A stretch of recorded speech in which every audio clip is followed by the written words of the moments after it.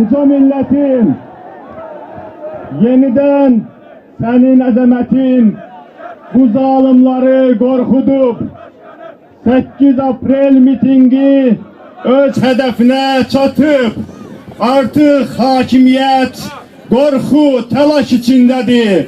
Fevkalade müşavireler, yol kesmeler, avtobus marşrutlarının karşısını almak, rayonlardan gelenlerin karşısını almak, aslında razılık verilmiş mitinge bu kadar maniyeler yaratmak, onun bir başa etrafıdır ki artık bu hükümet bu halktan korkur.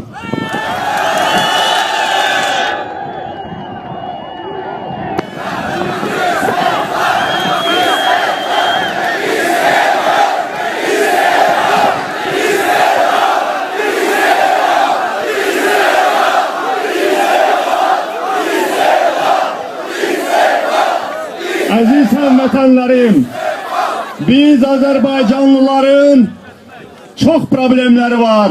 Ama onlardan en keskinlerinden biri de odur ki bizim eşidilmemek problemimiz var. Bizim milletimizi hiçbir devlet organı, hiçbir vazifeli şahs eşitmir. Ona göre de ayrı ayrılıkta eşidilmeyen insanlar bir yere toplaşmaya, birlikte problemlerini seslendirmeye mahkumdular. Bizim öz problemlerimizi artık 10 binlerin diliyle, 100 binlerin diliyle talep eləmək vaxtımız gelip çatıp biz hamımız birlikte məhbus dostlarımıza, məhbus Azerbaycanımıza azadlık talep eləyək.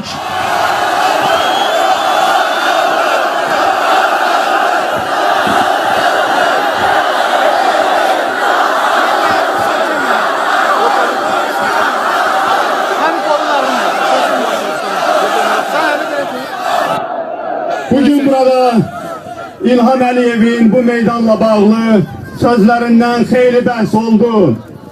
Hədə xalqı aşağılamağa cəhd eləmək, agressiyaya çağırış, bunların hamısını başa düşmək lazımdır. Qorxuya düşmüş, qaçıb dağılmaqda olan komandasına ürək-dirək vermək istəyir. Amma orijinal bir addım da atmır. Bütün məğlub olan avtoritar liderler sonda belə eləyirlər. Sonda öz xalqlarına həqarət eləyirlər.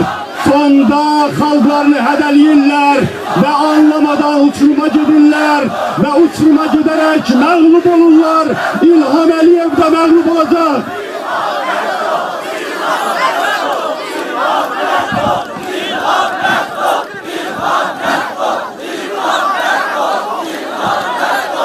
Aziz həmvətənlərim, Azərbaycan xalqı böyük bir mübarizə yolu keçib. Azərbaycan xalqı böyük mübarizələrdə bərkimiş bir xalqdır. İndi artıq onun qarşısını bu yollarla almaq olmaz. Bugün əslində siz böyük fədakarlıq eləyərək, bəziləriniz piyada, bəziləriniz taksi ilə bu meydana gəlmişsiniz. Faktiki siz icazəsiz mitingə gələn kimi gəlmişsiniz və sübut eləmişsiniz ki, artıq Azərbaycanda yeni bir mərhələ başlayıb. Bu yeni mərhələni səciyyələndirən cəhətlər Azərbaycan gəncliyinin bu prosesdə fəal iştirakıdır.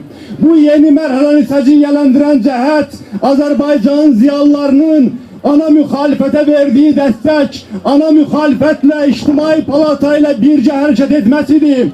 Bu yeni mərhələ mütləq və mütləq qələbə ilə nəticələnəcək. Ona görə də mən buradan deyirəm ki, qətiyyən xalqımızdan bədgüman olmayın. Azərbaycan xalqı bu mübarizənin, bu mərhələsini qələbə ilə başa vuracaq.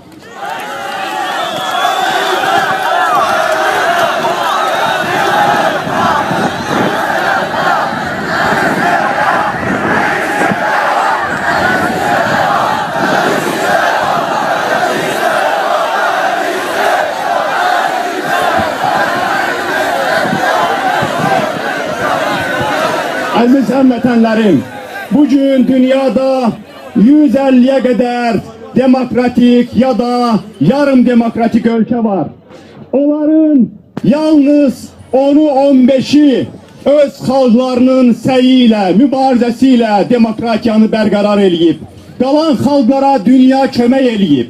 Amma siz bizim xalqımızın bəxtinə baxın ki, Azərbaycan xalqı 2 dəfə 1918-ci ildə və 1992-ci ildə azad olan kimi öz daxili gücü ilə demokratiyanı qurub, öz daxili gücü ilə qurduğu demokratiyanı xarici qüvvələrin səyi ilə məğlub eləyiblər. Ona görə də mən deyirəm ki, bu dəfə artıq dünya dəyişir. Artıq irticaya xaricdən dəstək olmayacaq. Azərbaycan xalqının bir də toparlanması demokratiyanın qələbəsi ilə nəticələnəcək.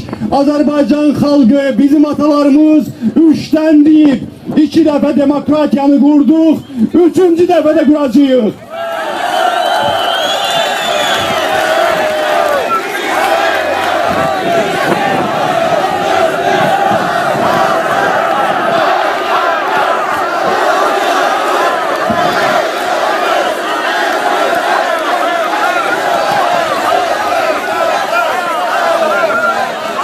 Əziz həmvətənlərim, bu mübarizə davamlı olacaq. Bu mübarizə davamlı olacaq. Biz dostlarımızın həbsdən azad olunmağını tələb edirik. Biz yeni parlament seçkilərinin keçirilməsini tələb edirik. Biz ölkədə köklü dəyişikliklər tələb edirik. Biz demokratik yolla inkişaf tələb edirik. Əgər bu Azərbaycandakı hakimiyyət bizim bu demokratik tələblərimizi anlamasa, bizim bu addım addım sivil yolla Azərbaycana demokratiya gətirmək istəklərimizi başa düşməsə, o zaman artıq Qubanın nümunəsində Azərbaycan xalqı bir nümunə yaradıb. Artıq bizim hamımızın başımızın üstündə daha böyük bir qüvvə var. Göydə Allah, yerdə Azərbaycan xalqı el eləməsinlər ki, bütün Azərbaycan Quba olmasın. O gün uzaqda deyil. Əgər bu xalqı eşitməsələr, əgər bu xalqın hüququnu verməsələr, bütün Azərbaycan Quba kimi ayağa qalxacaq, azadlıq tələb eləyəcək. Eşq olsun bu millətə, eşq olsun sizlərə, sağ olun.